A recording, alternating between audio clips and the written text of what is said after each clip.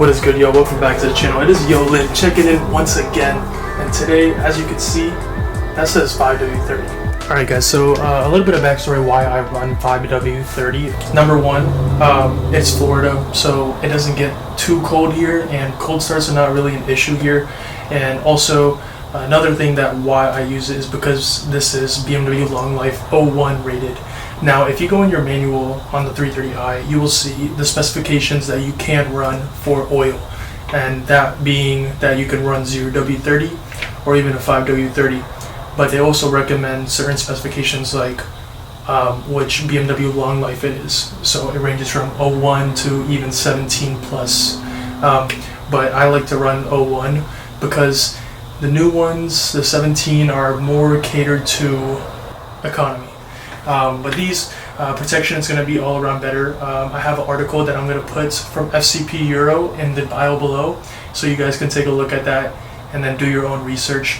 But this is just me recommending it. I'm not saying to put it. I'm not, I know I stand by this. I will stand by this because I've been filling this up ever since my free oil changes. I don't even think I use my free oil changes because I just started switching to this. But yeah, even my tuner recommended this, so I did my research. Y'all do yours before you make the change, but I've seen no issues and I'm still here. Alright guys, so as for part numbers or just parts in general, this is gonna be Liquid Moly Special Tech 5w-30, and it is make sure you have, it says the BMW Long Life 01 specification right here. It's the orange one with the blue. I don't know how else you can literally see it. Come back to this video, save it, take a screenshot of it.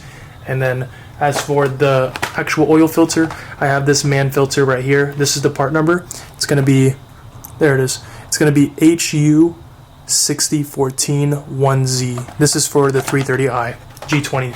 I don't know about F30s, but make sure you do your research. Alright guys, so there is a jack point right here. You'll be able to see it. I'm not going to get down and show you guys. I'm going to let you guys have a little bit of a challenge in finding it, because it's not that hard.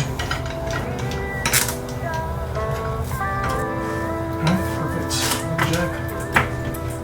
Hey, just jack. See this tiny garage I was talking about? First thing that you want to do is going to put the oil pan under the car. Make sure it's like in an area where you see it will drop into it so you don't spill.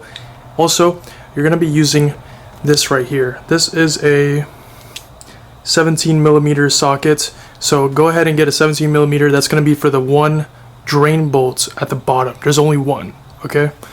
If you're on listening to, you don't have a simple.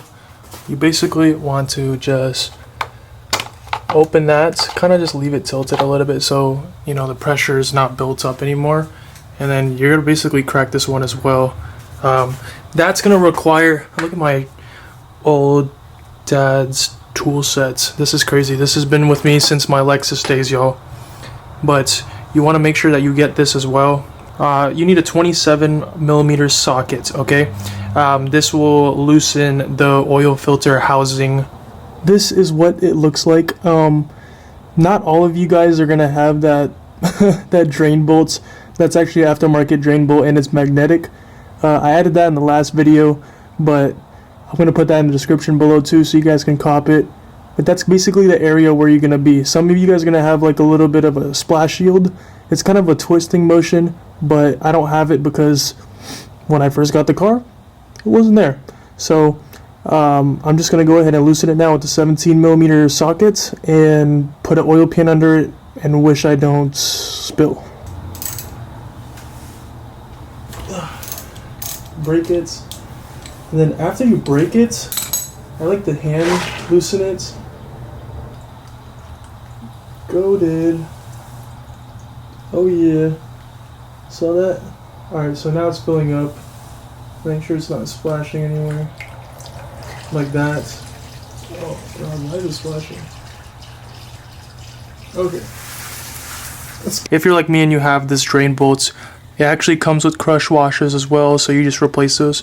But if you don't, if you have the OEM drain bolt, for example, the man filter comes with a crush washer, so you're gonna want to just take that off just like this, and then replace it just like that. Oh, it would suck if I dropped this in engine bay. Now it's time to take that 27mm again. It's kind of a big socket. You might have to get this, I don't know, online. Goes right on top of there. But we're gonna go ahead and change the oil filter right now. To get in there though, I have an extension as well.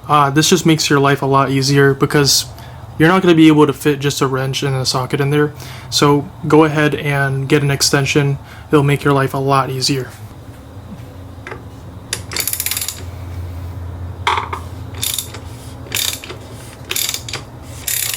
It should get to a point where it's like hand loosen. And then there's like these two tabs right here that you kind of want to move out the way. Kind of just lift up. I can hear that there's a little bit more oil being drained right now because I relieved some pressure from the oil filter housing. So I have a rag right here. I'm going to pull it out and then just drop it on here. Fish it out of there just like that. This, obviously you can see, I grabbed it. You kind of just want to hold the base of it and kind of just...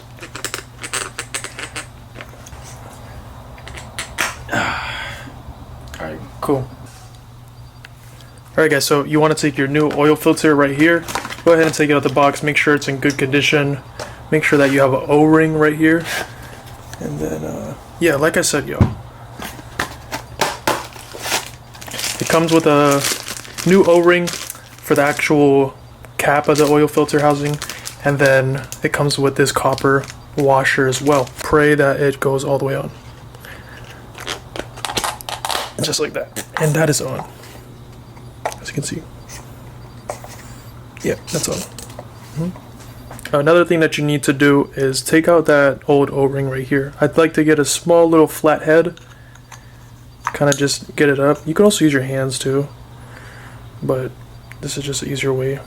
I use my fingers. Just like that. And then you slide the new one on. You kind of want to use some old oil too, just to lube up the new oil ring, because it is a little like starchy, dry, and all that good stuff. But when we put this into the oil filter housing, make sure that you align this with the hole within inside of it. You guys what I'm talking about. It is... let's see if I can get a better view.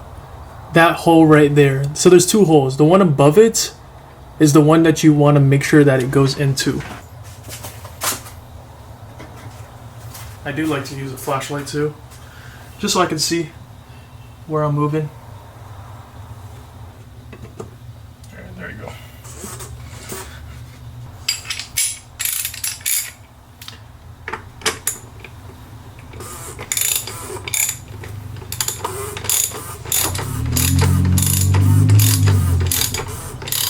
And then I just kind of like make sure it's snug. I don't like to over tighten. Boom.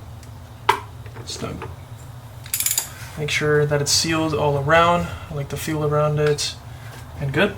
Same thing with the drain bolt though.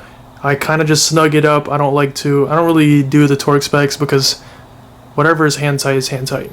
Like that was probably hand tight if I could reach my hand in there. Tighten it by hand. So you want to take your 17 mil and just snug it up. Not too crazy. Alright guys, we know how disastrous this is, especially because of the last video, but I'm going to use a funnel this time because I'm not taking the chances.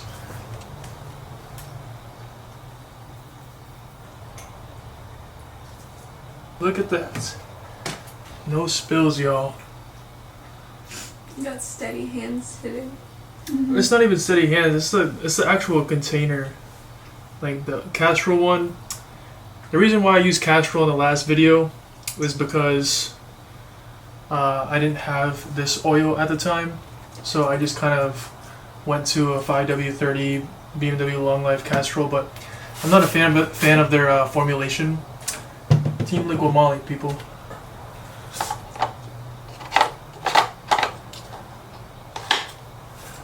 Like that. Okay, so you want to get in your dirty car, just like so. Camera gear and all that. And then for those that are asking, this is what I use as my OBD link. It is the MHD Tuning Universal.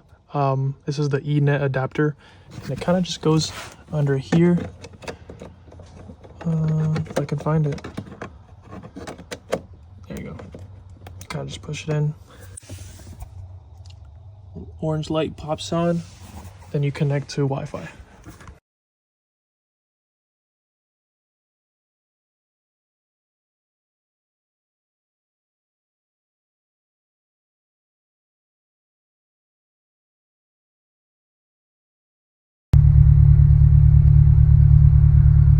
Alright, so it's at the max now because I just topped it off. We're all set. Let's go for a drive.